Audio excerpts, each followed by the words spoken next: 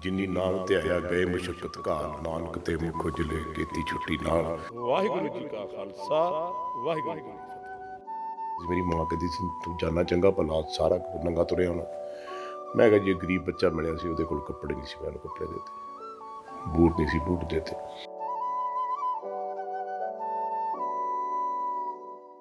इस तब्दीली दे विच आना बड़ा मुश्किल सी। जद मैं चीज़ क्रिएट की तो मैं घरदिਆਂ ਨੂੰ दस्सिया नहीं। बड़िया तो मैं दिल दुखाया होना। मैं बहुत रोज़ हथ जोड़ के गुरु महाराज तो माफ़ी मंगदा कि मेरे कीते हुए गुनाहों की मैंने माफ़ी दे दो, मेरे मेरी गलतियां माफ़ कर दो। एवरी डे रोज़ ਜਿਹੜੇ ਮੇਰੇ ਤੋਂ ਟੁੱਟੇ ਹੋਏ ਆ, ਰੁੱਸੇ ਹੋਏ ਆ, मैं उन्होंने भी हथ जोड़ के माफ़ी मंग के कते टाइम मिलिया तो उन्होंने भी लैके आ जोड़ांगे। जो एक दो मेरे बहुत प्यारे दिल च रिश्ते ने, कदे ऐसा मौका आया मैं उन्होंने तो माफ़ी भी मंग सकदा, पैर भी फड़ सकदा। मैं तो युवी नूं भी कहा सी, मैं भरावा जे मेरे तो बहुत कोई गलती हो गई है या जो मेरे तो तेरे नाल वधीकी हो गई या परिवार नाल वधीकी हो गई तो मैनू तू मैं जान प्यो समझ के माफ़ कर दे। यूवी दी बड़ियां कंप्लेंट्स रही, लेकिन कुछ होंदे ने अरबी जंगली घोड़े, उन्हां ते सवारी करनी बड़ी औखी है, लेकिन वो भजदे बड़ी तेज ने, उन्हां दी स्पीड बड़ी हुंदी है। यूवी उन्हां चों एक सी। यूवी तो मैनू कॉम्पलीमेंट मिलिया कि ऐसा बाप स्ट्रिक्ट सी, जो भी सी, वो मैनू सारे इन्ना प्यार करते हैं। आ यूवी का लिखिया बैठ पे जिहदे उत्ते ने अपना सारा दिल खोल के लिखता, मेरे लिए तो है प्राइसलैस है। ये बल्ले नूं मैं देखदा, मैं कहना तेरा काम पूरा हो गया। दादी वालों पैंपरिंग इन्नी सी कि जिंदगी दे विच दादी कहती सी तू मर जाए तो मेरा पोता जिंदा रह जाए, मैनू कोई परवाह नहीं, तू इह ते जुल्म करदा। मैं तो यूवी नूं इत्थे तक कहना हुंदा, मैं कहा बेटा जे कि तू माड़ा जिहा मेरे नाल टिक जांदा ना, मैं चंद ते कोठी पा लैंदा, मैं दुनिया खरीद के तेरे पैरां दे दिंदा। गड्डी जाना, जे कोई गड्डी वाला रोक रहा, बाई जी फोटो खिचाउणी, मैं रोक लैना। जे कोई मंगता मिल गया मैं हथ जोड़ देना, मैं यार लै ला बाबा जी ने भेजे। इस तरह का सुभाव हुंदा जांदा। मैं नहीं सी चाहुंदा कि मेरी गड्डी कोई चलावे, मैं नहीं चाहता मेरे को कोई नौकर होवे, मैं नहीं चाहता मेरे को कपड़े पैक करे फलाना, क्योंकि जब तुसीं बंदे रख लैंदे हो फिर तुहानूं कई बारी गुस्सा चढ़ जाता, कई बारी तुहानूं गल अपने हिसाब नाल हुंदी नहीं।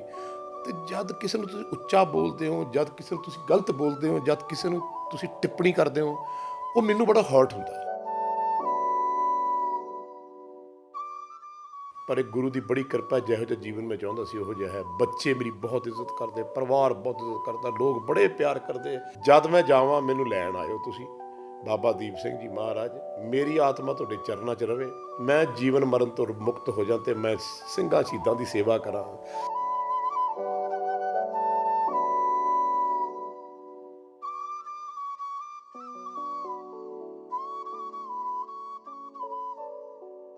ਕਹਿੰਦੇ ਕਿ ਹਰ ਇਨਸਾਨ ਪਰਮਾਤਮਾ ਦੀ ਦੇਣ ਹੈ, ਪਰ ਇਨਸਾਨ ਆਪਣੀ ਜ਼ਿੰਦਗੀ ਦੇ ਵਿੱਚ ਇੰਨਾ ਰੁੱਝ ਜਾਂਦਾ ਹੈ ਕਿ ਉਹ ਪਰਮਾਤਮਾ ਨੂੰ ਹੀ ਭੁੱਲ ਜਾਂਦਾ ਹੈ। ਲੇਕਿਨ ਜਦੋਂ ਵੀ ਉਹ ਸ਼ੁਰੂਆਤ ਕਰਦਾ ਹੈ ਫਿਰ ਤੋਂ ਪਰਮਾਤਮਾ ਦੇ ਨਾਲ ਮਿਲ ਕੇ ਤੁਰਨ ਦੀ, ਉਸ ਦੀ ਬਾਂਹ ਫੜ ਤੁਰਨ ਦੀ, ਅਤੇ ਉਸ ਦੀ ਜ਼ਿੰਦਗੀ ਦੇ ਵਿੱਚ ਇੱਕ ਠਹਿਰਾਵ, ਇੱਕ ਸਥਿਰਤਾ ਆ ਜਾਂਦੀ ਹੈ।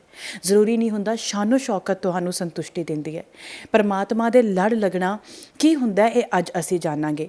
ਅੱਜ ਦੇ ਦਿਨ ਦੀ ਸ਼ੁਰੂਆਤ ਬਹੁਤ ਸੋਹਣੀ ਹੋਈ ਹੈ। ਤੁਸੀਂ ਵੇਖ ਸਕਦੇ ਹੋ ਕਿ ਮਾਹੌਲ ਜਿਹੜਾ ਹੈ, ਵਾਈਬ ਜਿਹੜੀ ਹੈ, ਇਹ ਬਿਲਕੁਲ ਅਲੱਗ ਜਿਹੀ ਹੈ।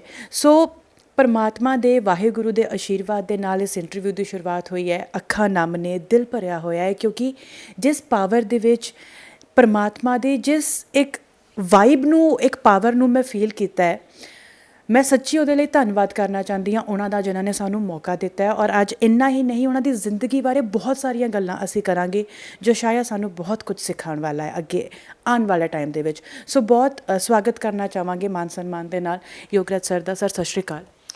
योगराज सिंह सपुत्र शहीद बाबा दीप सिंह जी की फतेह सारे कबूल करियो। वाहिगुरू जी का खालसा, वाहिगुरू जी की फतेह। हाँ जी बेटा जी। ਸਰ ਘਰ ਦੇ ਅੰਦਰ ਪਹਿਲੇ ਤਾਂ ਜਦੋਂ ਅਸੀਂ ਪਹੁੰਚੇ ਨਹੀਂ ਸੀ, ਇੰਝ ਲੱਗਦਾ ਸੀਗਾ ਕਿ ਐਡੇ ਵੱਡੇ ਸੁਪਰਸਟਾਰ ਦਾ ਪਤਾ ਨਹੀਂ ਕਿੰਨੀ ਵੱਡੀ ਕੋਠੀ ਹੋਏਗੀ, ਕੋਈ ਬੰਗਲਾ ਹੋਏਗਾ, ਹੈ ਨਾ। ਅਤੇ ਉਸ ਤੋਂ ਬਾਅਦ ਜਦੋਂ ਅਸੀਂ ਆਏ ਦੇਖਿਆ ਇੱਕ ਛੋਟਾ ਜਿਹਾ ਆਸ਼ੀਆਨਾ, ਇੱਕ ਫਲੈਟ ਤੁਸੀਂ ਰੱਖਿਆ ਹੈ, ਉਸ ਦੇ ਵਿੱਚ ਵੀ ਇੱਕ ਵੱਡਾ ਕਮਰਾ ਤੁਸੀਂ ਬਾਬਾ ਜੀ ਦੇ ਨਾਮ ਕੀਤਾ ਹੋਇਆ ਹੈ, ਜਿੱਥੇ ਮੱਥਾ ਟੇਕਣ ਸਾਰੀ ਦਿਲ ਭਰ ਜਿਹਾ ਉੱਠਿਆ ਹੈ। ਸਰ ਇਹ ਵਾਈਬ ਤੁਹਾਡੀ ਬਣਾਈ ਗਈ ਹੈ, ਤੁਹਾਡੀ ਭਗਤੀ ਦੇ ਨਾਲ। ਹੁਕਮ ਬਾਬਾ ਜੀ ਦਾ ਹੈ, ਲੇਕਿਨ ਇਹ ਦੇਣ ਤੁਹਾਡੀ ਹੈ ਸਰ। ਔਰ ਮੈਂ ਧੰਨਵਾਦ ਕਰਨਾ ਚਾਹੋਗੇ ਕਿ ਤੁਸੀਂ ਮੈਨੂੰ ਵੀ ਮੌਕਾ ਦਿੱਤਾ ਇਸ ਵਾਈਬ ਦੇ ਵਿੱਚ ਆ ਕੇ ਨਤਮਸਤਕ ਹੋਣ ਦਾ? ਮੈਂ ਪਤਾ ਨਹੀਂ ਮੈਂ ਕਿੱਥੋਂ ਸ਼ੁਰੂ ਕਰਾਂ, ਪਰ ਸਾਡੇ ਘਰ ਮੈਂ ਉਸ ਮਾਤਾ ਪਿਤਾ ਦਾ ਬਹੁਤ ਸ਼ੁਕਰਗੁਜ਼ਾਰ, ਇਹਨਾਂ ਦੇ ਘਰੇ ਮੈਂ ਜਨਮ ਲਿਆ। ਸੰਤ ਈਸਰ ਸਿੰਘ ਜੀ ਮਹਾਰਾਜ ਰਾੜੇ ਵਾਲੇ, ਉਹਨਾਂ ਨੇ ਆਸ਼ੀਰਵਾਦ ਦੇ ਕੇ ਮੇਰਾ ਜਨਮ ਮੇਰੇ ਮਾਤਾ ਜੀ ਦੀ ਗੋਦ 'ਚ ਪੁੱਤਰ ਪਾਇਆ, ਮੇਰੇ ਮਾਤਾ ਪਿਤਾ ਦੀ ਗੋਦ 'ਚ। ਉਹਨਾਂ ਨੇ 12 ਸਾਲ ਉੱਥੇ ਪਿੰਡਾ ਰੱਖਿਆ ਪਿੰਡ ਤੋਂ, ਔਰ ਉਸ ਤੋਂ ਬਾਅਦ ਫਿਰ ਉਹਨਾਂ ਨੇ ਕਿਹਾ ਅਸੀਂ ਤੁਹਾਨੂੰ ਗੁਰੂ ਘਰ ਦਾ ਇੱਕ ਪੁੱਤਰ ਦਿੰਦੇ ਹਾਂ। ਬਾਬਾ ਦੀਪ ਸਿੰਘ ਜੀ ਦੇ ਨਾਲ ਸ਼ਹੀਦ ਹੋਇਆ, ਉਹਨਾਂ ਦਾ ਬੜਾ ਪਿਆਰਾ ਬੱਚਾ ਲਾਡਲਾ ਸਿੰਘ, ਇਸ ਤਰ੍ਹਾਂ ਕਰਕੇ ਸੰਤ ਗੱਲਾਂ ਕਰਦੇ ਸੀ, ਮੇਰੇ ਮਦਰ ਮੈਨੂੰ ਸੁਣਾਉਂਦੇ ਸੀ। ਪਰ ਸ਼ੁਰੂ ਤੋਂ ਜਦ ਹੀ ਮੈਂ ਹੋਸ਼ ਸੰਭਾਲੀ ਹੈ, ਮੈਨੂੰ ਇਸ ਤਰ੍ਹਾਂ ਹੀ ਰਿਹਾ ਜ਼ਿੰਦਗੀ ਦੇ ਵਿੱਚ। ਜੇ ਮੈਂ ਕਦੇ ਸਕੂਲ ਜਾਣਾ ਤਾਂ ਵਾਪਸ ਆਉਣਾ ਤਾਂ ਮੇਰੇ ਤਨ 'ਤੇ ਕਮੀਜ਼ ਨਹੀਂ ਸੀ ਹੁੰਦੀ, ਮੇਰੇ ਉਹ ਫਰੰਟ ਵਾਲਾ ਕੱਛਾ ਪਾਇਆ ਹੁੰਦਾ ਸੀ। ਮੇਰੀ ਮਾਂ ਕਹਿੰਦੀ ਸੀ ਤੂੰ ਜਾਨਾ ਚੰਗਾ ਭਲਾ, ਸਾਰਾ ਨੰਗਾ ਤੁਰਿਆ ਹੋਣਾ। ਮੈਂ ਕਿਹਾ ਜੇ ਗਰੀਬ ਬੱਚਾ ਮਿਲਿਆ ਸੀ, ਉਹਦੇ ਕੋਲ ਕੱਪੜੇ ਨਹੀਂ ਸੀ, ਮੈਂ ਉਹਨੂੰ ਕੱਪੜੇ ਦੇ ਤੇ, ਬੂਟ ਨਹੀਂ ਸੀ, ਬੂਟ ਦੇ ਤੇ। ਘਰੇ ਲੰਗਰ ਚੱਲਦਾ ਰਹਿੰਦਾ ਸੀ। ਮੈਨੂੰ ਬੜਾ ਸ਼ੌਕ ਸੀ ਪੀਰ ਫਕੀਰ ਆਉਣ, ਬੈਠਣ, ਖਾਣਾ ਖਾਣ, ਅਤੇ ਅਜੀਬ ਜਿਹਾ ਮਾਹੌਲ ਸ਼ਾਇਦ ਮੇਰੇ ਮਾਤਾ ਪਿਤਾ ਨੂੰ ਲੱਗਦਾ ਸੀ, ਪਰ ਉਹਨਾਂ ਨੂੰ ਇਸ ਗੱਲ ਦਾ ਅਹਿਸਾਸ ਸੀਗਾ ਕਿ ਬਾਬਾ ਜੀ ਨੇ ਕਿਹਾ ਸੀ ਮੈਨੂੰ ਕਹਿਣਾ ਕੁਛ ਨਹੀਂ।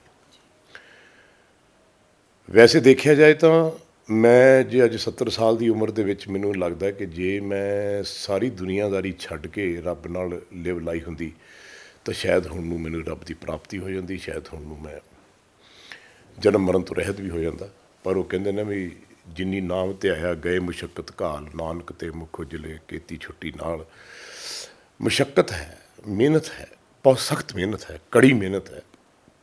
ਬੜੇ ਬੜੇ ਪੀਰਾਂ ਫਕੀਰਾਂ ਬਾਰੇ ਮੈਂ ਸੁਣਿਆ, ਬੜਿਆਂ ਨੂੰ ਮੈਂ ਦੇਖਿਆ ਹੈ ਜ਼ਿੰਦਗੀ ਦੇ ਵਿੱਚ।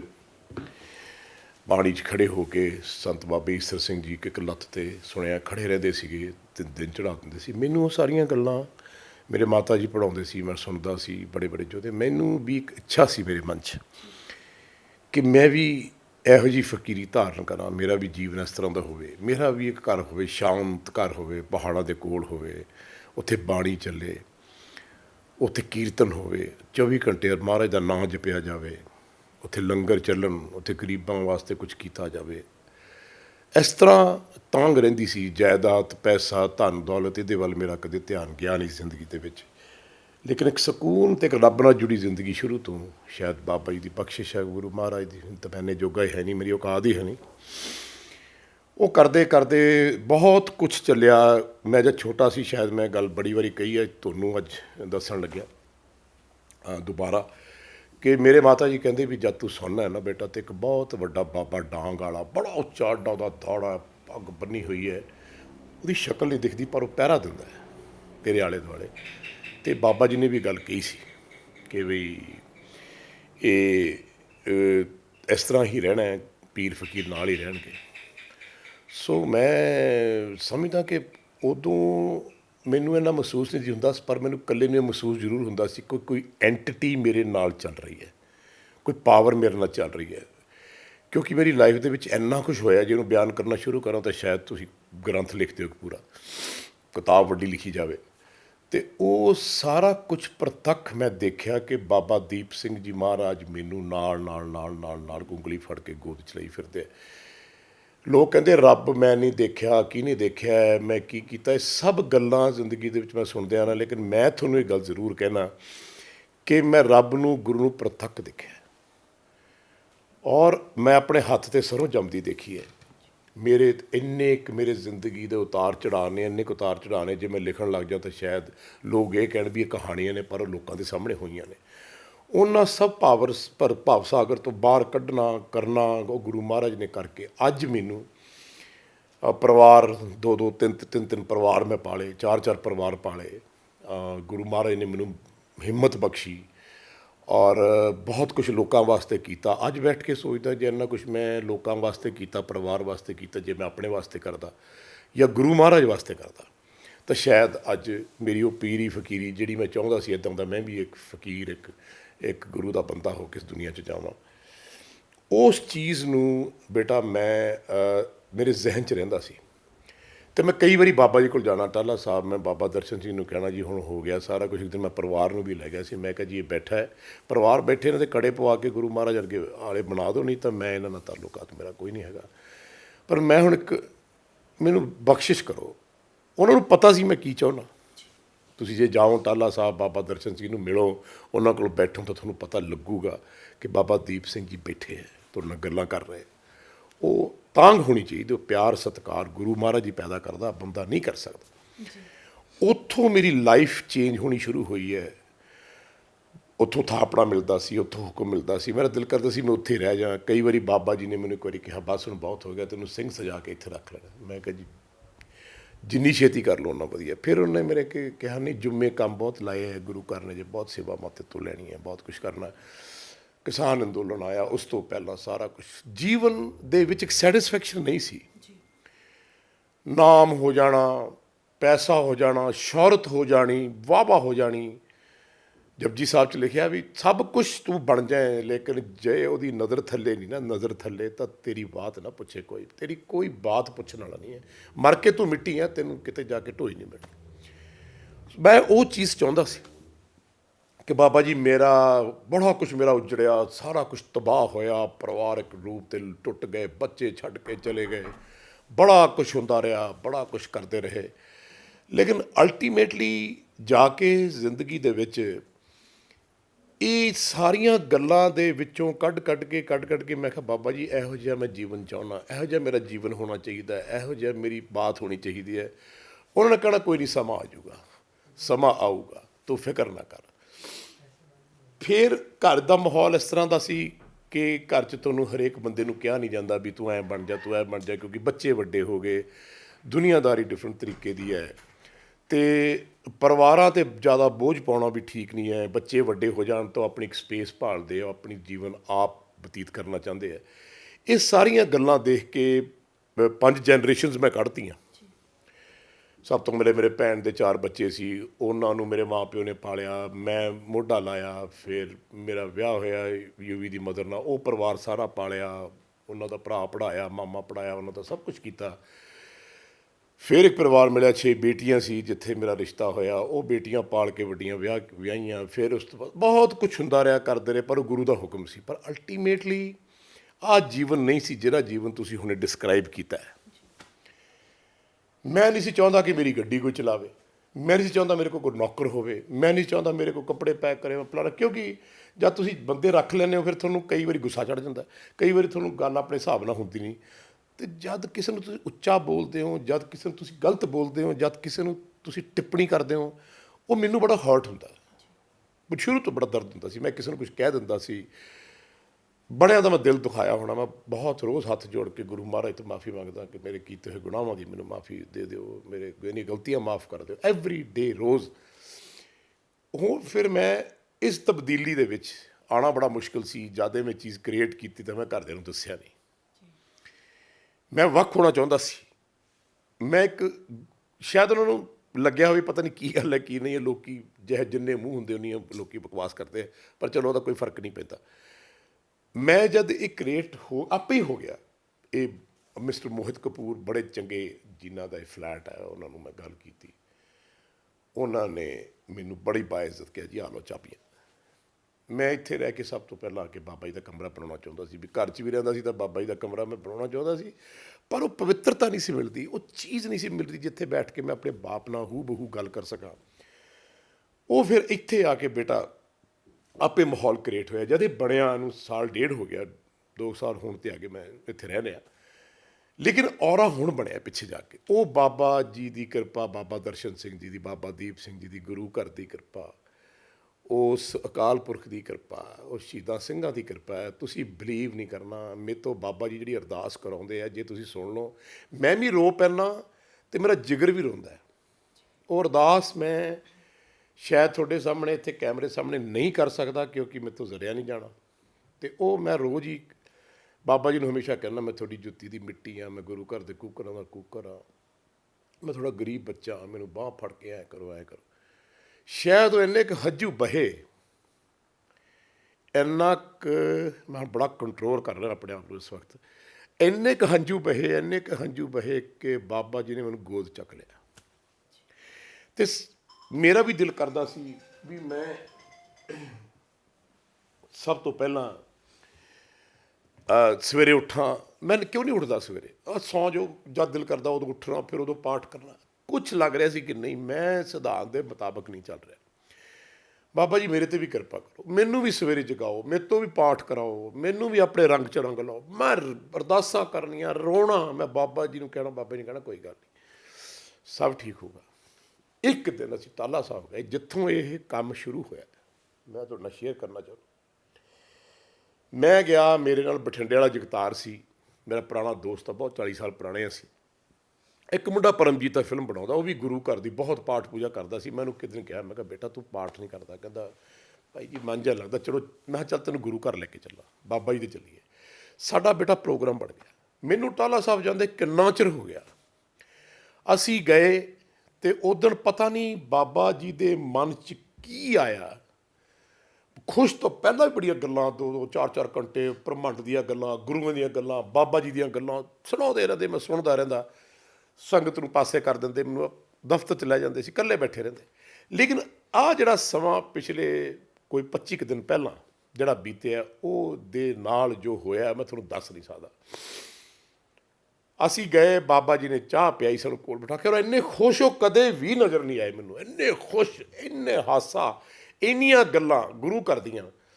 ਸਾਨੂੰ ਖਾਣਾ ਖਵਾਇਆ ਜਿਵੇਂ ਇੱਕ ਮਾਂ ਤੇ ਪਿਓ ਆਪਣੇ ਪੁੱਤਰਾਂ ਨੂੰ ਖਾਣਾ ਖਵਾਉਂਦੀ ਹੈ, ਵੀ ਮੇਰੇ ਪੁੱਤਰ ਭੁੱਖੇ ਆਏ ਹੈ, ਏਡੀ ਦੂਰੋਂ ਆਏ ਆ।